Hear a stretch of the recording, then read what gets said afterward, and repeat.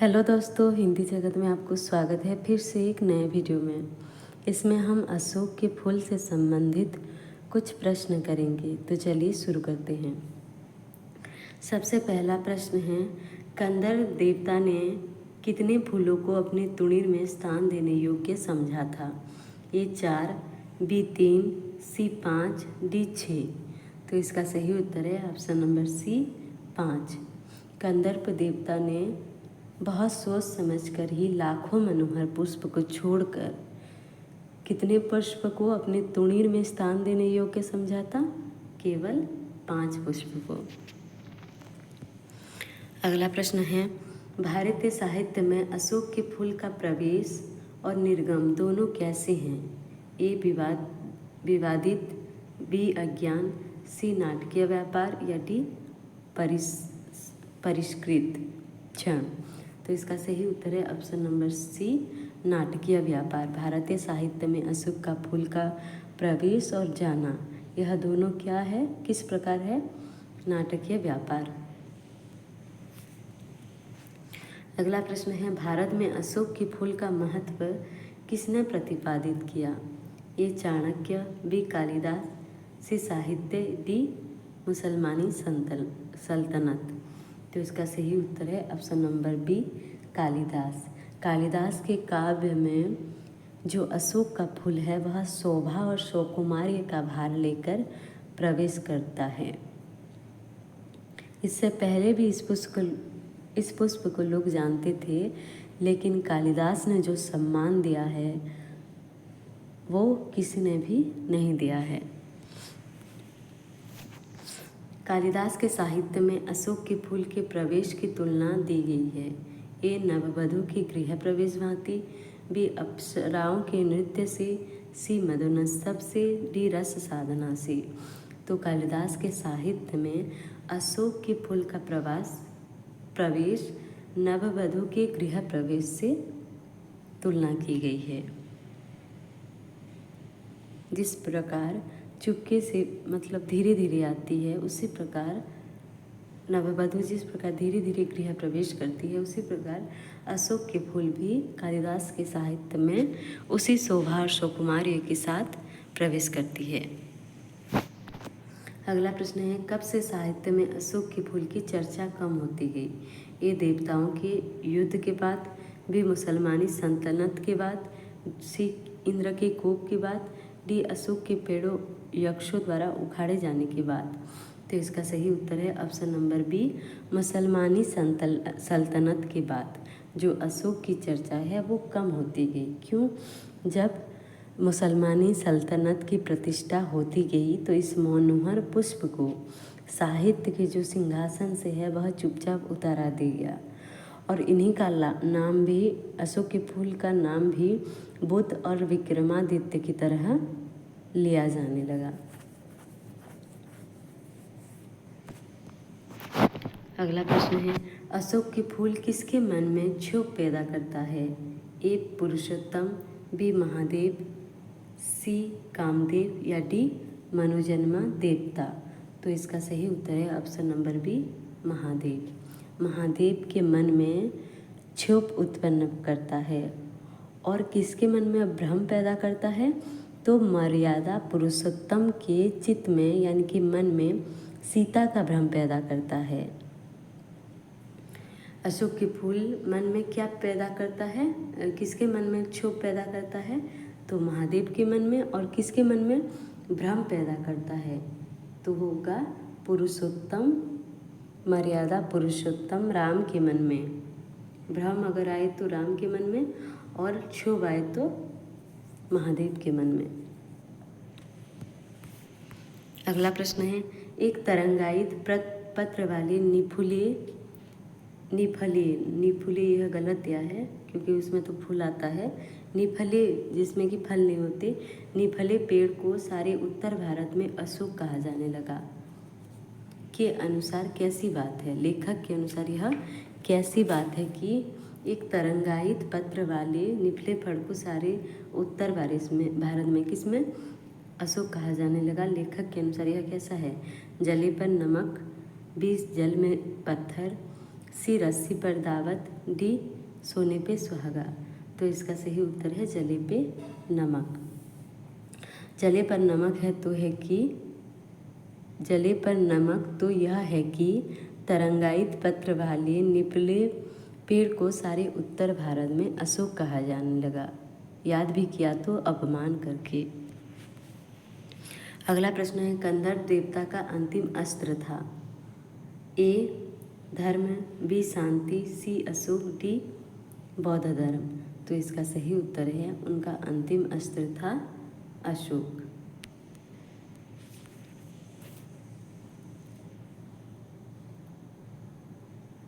अगला प्रश्न है, कंदर्प देवता ने अशोक के द्वारा शक्ति साधना को झुका दिया, इसका सबूत क्या है? ए कोल साधना, बी वज्रयान, सी कपालिक मत या डी महादेव। कंदर्प देवता ने अशोक के द्वारा शक्ति साधना को झुका दिया, इसका सबूत क्या है? इसका सबूत क्या होगा?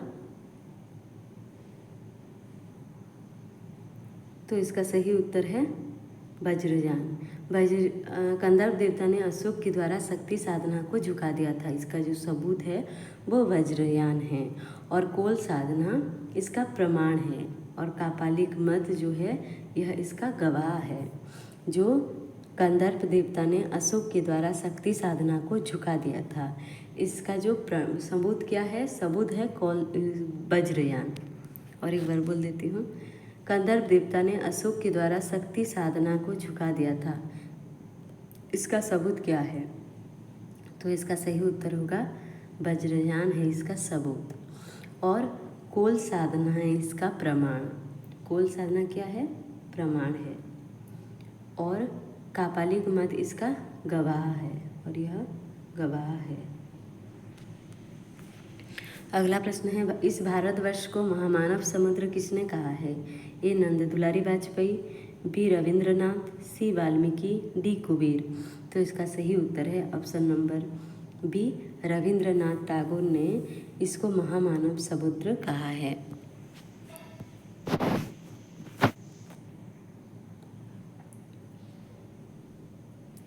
महामानव समुद्र क्यों कहा है? क्योंकि यह जो देश है विचित्र देश है।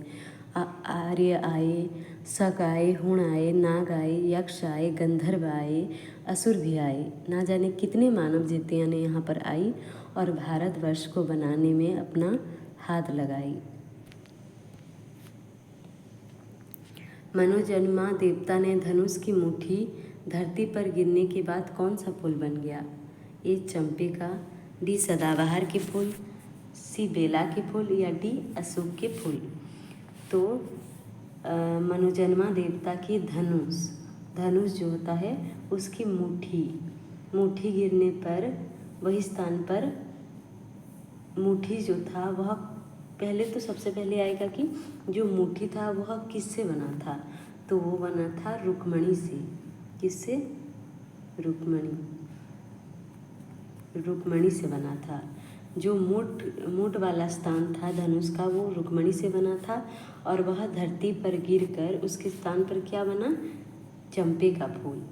तो इसका ऑप्शन नंबर 8 है सही होगा।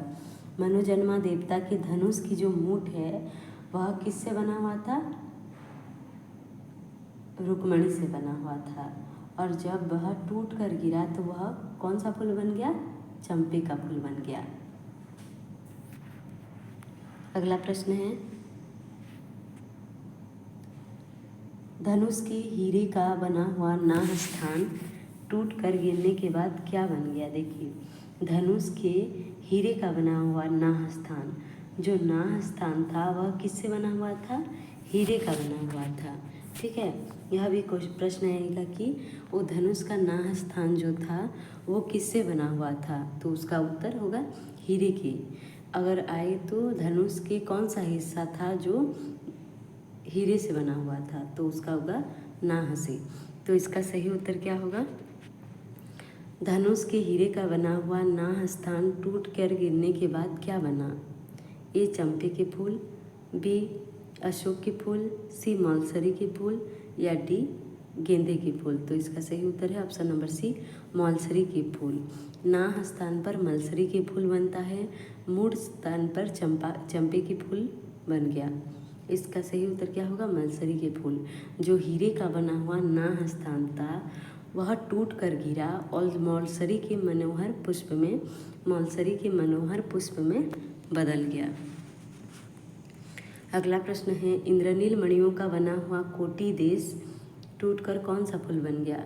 इंद्रनील मणियों का बना हुआ कोटि देश किससे बना हुआ था, इंद्रनील मणियों से बना हुआ था। इंद्रनील मणियों से बना हुआ कोटि देश टूटकर ए गजरा बना, बी चमेली, सी अशोक, डी चंपा। तो इसका सही उत्तर क्या होगा, इंद्रनील मणियों का बना हुआ जो कोटि देश था वह टूटकर पाटल पुष्प में परिणत हो गया।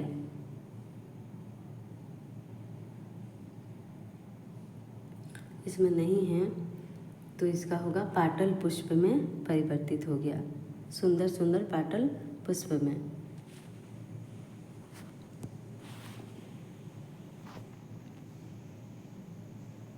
अगला प्रश्न है, विद्रुम की बनी निम्नतर कोटि कौन सा फूल बन गई। निम्नतर कोटि ए बेला, बी अशोक, सी मणिकांता, डी सदाबहार। तो इसका सही उत्तर है निम्नतर कोटि की जो विद्रुम थी वह बेला बन गई। और एक प्रश्न है, मध्य देश टूटकर क्या बन गया। मध्य देश, कोटि देश, मध्य देश, विद्रुम, ये सब जो है धनुष का अंश है।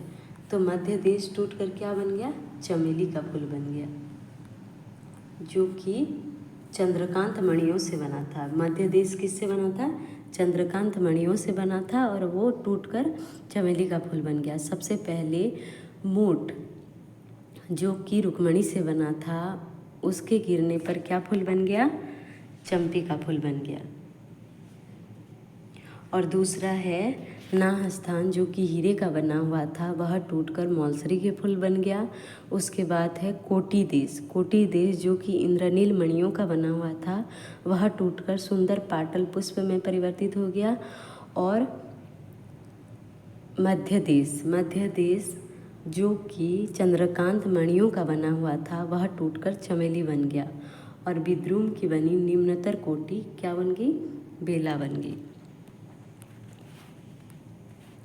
स्वर्गीय वस्तुएं मनोहर कब बनती है। ए धरती से मिलने के बाद, बी शोभा देने से, सी मूल्य बढ़ने से, डी देवताओं के सर चढ़ने से। तो इसका सही उत्तर है ऑप्शन नंबर ए, धरती से मिलने से। जितने भी सारे स्वर्गीय वस्तु हैं वह धरती से मिला बिना ही मनोहर नहीं होती है। अगला प्रश्न है, गंधर्वों से क्या खरीदा जाता था। ए ब्राह्मण ग्रंथ, बी अशोक, सी सोम या डी यक्षर। तो इसका सही उत्तर है ऑप्शन नंबर सी, सोम खरीदे जाते थे। अगला प्रश्न है, वृक्षों के उपदेवता कौन हैं। Option number A Soma, B अप्सराएं, सी कुबेर, डी यक्ष। तो इसका सही उत्तर क्या होगा, सही उत्तर होगा ऑप्शन नंबर डी यक्ष। वृक्षों के उपदेवता कौन थे, यक्ष थे। अगला प्रश्न है, पहले संतानार्थिनी स्त्रियां संतान का भागिनी होकर कहाँ जाया करती थी। ए कुबेर के पास, बी ब्रह्मा के पास, सी विष्णु के पास या डी यक्ष के पास। तो इसका सही उत्तर है ऑप्शन नंबर डी यक्ष के पास। महाभारत में ऐसी बहुत सारी कथाएं हैं जिसमें कि संतानार्थिनी स्त्रियां वृक्षों के अपदेवता यानी कि यक्ष, वृक्षों के अपदेवता कौन थे, यक्ष थे। यक्ष के पास किस लिए जाते थे, संतान कामिनी होकर जाया करती थी। और यह किससे पता चलती है, महाभारत से यह बात पता चलती थी कि पहले संतानार्थिनी स्त्रियां जो हैं वो संतान कामिनी के लिए वृक्षों के उपदेवता यानी कि यक्ष के पास जाया करती थी। अगला प्रश्न है किसे साधारण विलासी और उर्वरता जनक देवता समझा जाता है? किसे साधारणतः विलासी और उर्वरता जनक देवता समझा जाता है? तो इसका सही उत्तर है ऑप्शन नंबर बी, यक्ष और यक्षिणी। यक्ष और यक्षिणी को विलासी और उर्वरता जनक देवता समझे जाते हैं। अक्षय निधि के अधीश्वर हैं। अक्षय निधि के अधीश्वर कौन हैं? ए कुबेर, बी वरुण, सी यक्ष या डी यक्षिणी। तो इसका सही उत्तर है ऑप्शन नंबर ए, कुबेर। कुबेर को अक्षय निधि के अधीश्वर कहे जाते हैं, माने जाते हैं।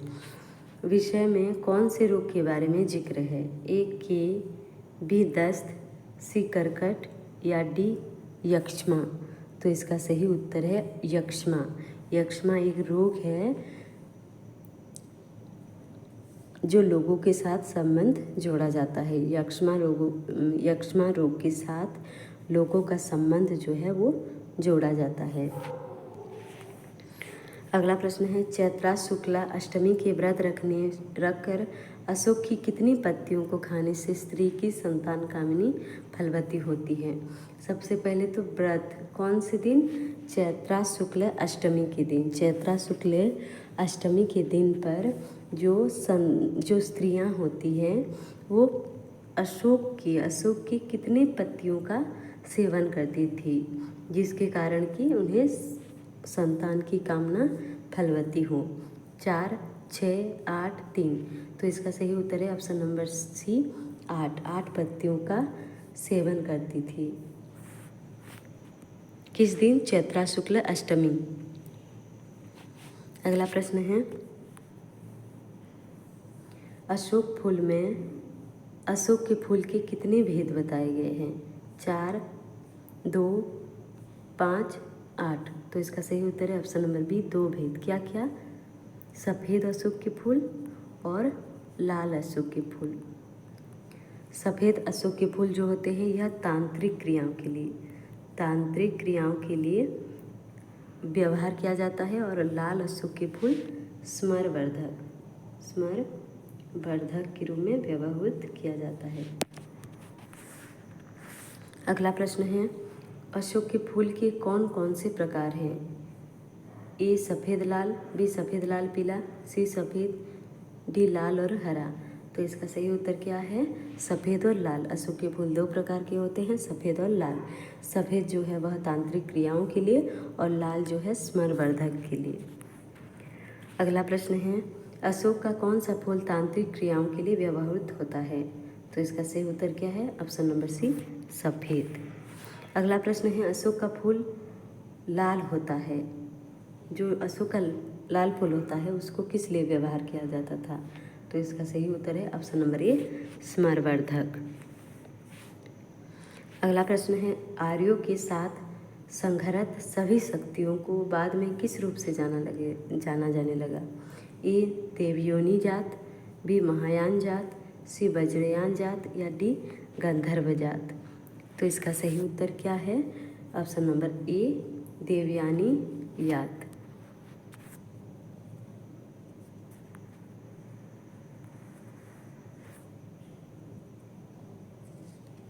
अगला प्रश्न है, किन ने समाज को आजकल के पंडित पुनर्नवल सोसाइटी कहते हैं?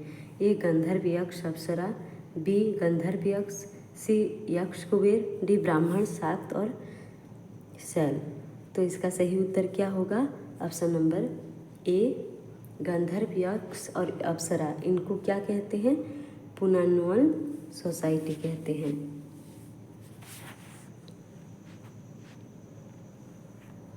अगला प्रश्न है, गंधर्व यक्ष अप्सराओं की निवास भूमि है, कौन सा उनका निवास भूमि है? ए गंगा तट, बी हिमालय देश, सी स्वर्गलोक या डी अशोक वृक्ष। तो इसका सही उत्तर है ऑप्शन नंबर बी, हिमालय प्रदेश। हिमालय प्रदेश जो है उनका निवास भूमि है।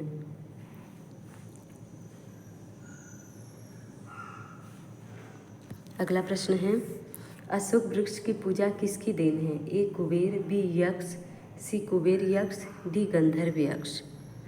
तो इसका सही उत्तर क्या है? ऑप्शन नंबर डी, गंधर्व और यक्षों की देन है। जो अशोक वृक्ष की पूजा है वो किसकी देन है? गंधर्व और यक्ष की। अगला प्रश्न है, मदनोत्सव के दिन असल में किसकी पूजा होती है? ए कुबेर, बी अशोक, सी गंधर्व देवता, डी गंधर्व। तो इसका सही उत्तर है ऑप्शन नंबर सी, गंधर्व देवता। मदनोत्सव के दिन गंधर्व देवता की पूजा की जाती है, जो कि त्रयोदशी के दिन, किस दिन? त्रयोदशी के दिन होता है। मदनोत्सव कब होता है? त्रयोदशी में होता है। इसमें हम गंधर्व देवता को पूजा करते थे। अशोक का नहीं होता था, बल्कि किसका होता था? गंधर्व देवता का।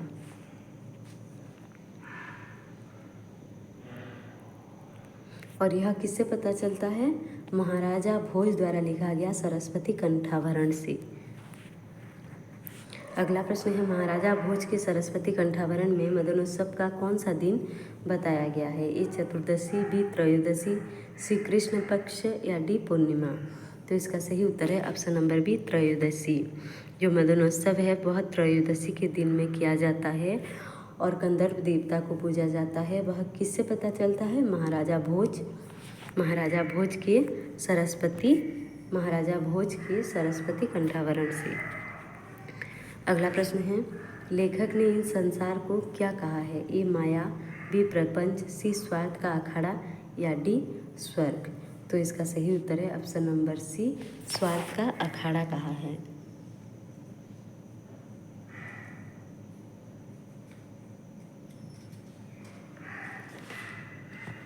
अगला प्रश्न है, असल में मार्ग किसका नामांतर है? ए गंधर्व, बी मदन, सी कंदर, डी मनहूत। तो इसका सही उत्तर क्या है? आप लोग कमेंट बॉक्स में ज़रूर लिखें। अगला प्रश्न है, यक्षों के कौन से देवता बोधिसत्व के शिरोमणि बन गए हैं? ए वज्रपाणि, बी मदन देवता, सी वज्रजान, डी श्री सुंदरी। तो इसका सही उत्तर क्या है? Option number A, Vajrapani. यक्षों के वज्रपाणि बोधिसत्व के शिरोमणि बन गए। अगला प्रश्न है, लेखक के अनुसार आजकल क्या बदल गई है?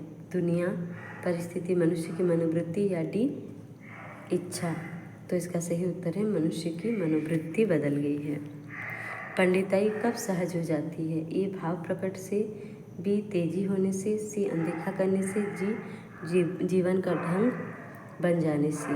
तो इसका सही उत्तर है ऑप्शन नंबर डी, जीवन का अंग बन जाने से पंडिताई सहज हो जाती है।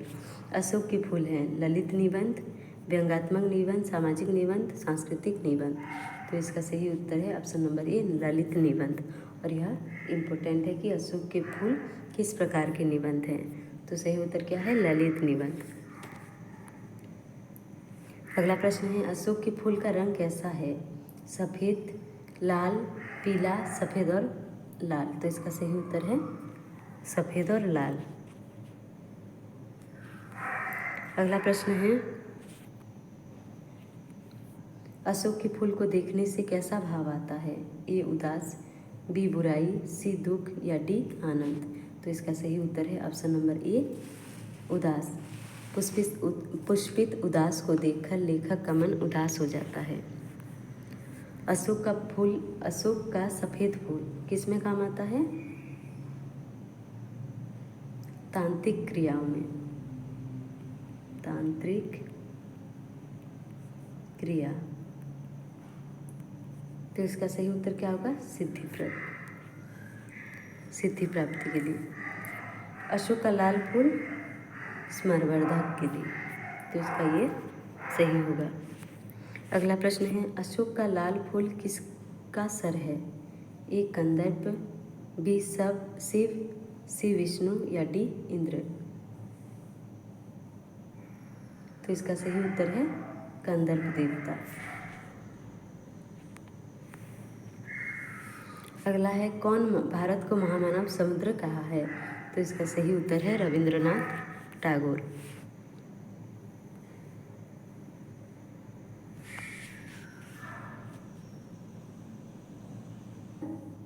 ऑप्शन नंबर सी गंधर्व। अशोक के वृक्ष की पूजा करने वाले कौन थे? गंधर्व थे। गंधर्व और यक्ष कहाँ रहते थे? ए स्वर्ग, बी मर्त्य, सी हिमालय, डी विंध्य।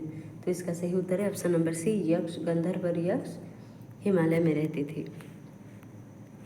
अगला है मार का प्रतिशब्द इनमें से कौन है? ए कंदर्प, बी उदास, सी शिव या डी मनोहर। तो इसका सही उत्तर है ऑप्शन नंबर ए कंदर्प। अगला है असल पूजा का नाम क्या है? शिव पूजा, इंद्र पूजा, विष्णु पूजा, कंदर्प पूजा। तो इसका सही उत्तर है ऑप्शन नंबर डी कंदर्प पूजा। अगला प्रश्न है कंदर्प विजय के बाद किसने वैरागियों की पलटन खड़ी की थी? कंदर्प विजय के बाद किसने पलटन खड़ी की थी? खारवेल, बुद्ध, अकबर, चंद्रगुप्त। तो इसका सही उत्तर है ऑप्शन नंबर बी बुद्ध ने। बुद्ध ने क्या किया था? कंदर्प विजय के बाद बुद्ध ने ही वैरागियों की पलटन खड़ी की थी। उनके विजय के बाद, कंदर्पों की विजय के बाद बुद्ध ने ही वैरागियों का पलटन खड़ी की थी।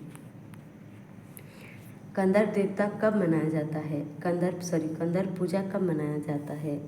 ऑप्शन नंबर ए त्रयोदशी में, बी चतुर्दशी में, सी अमावस्या में, डी पूर्णिमा में।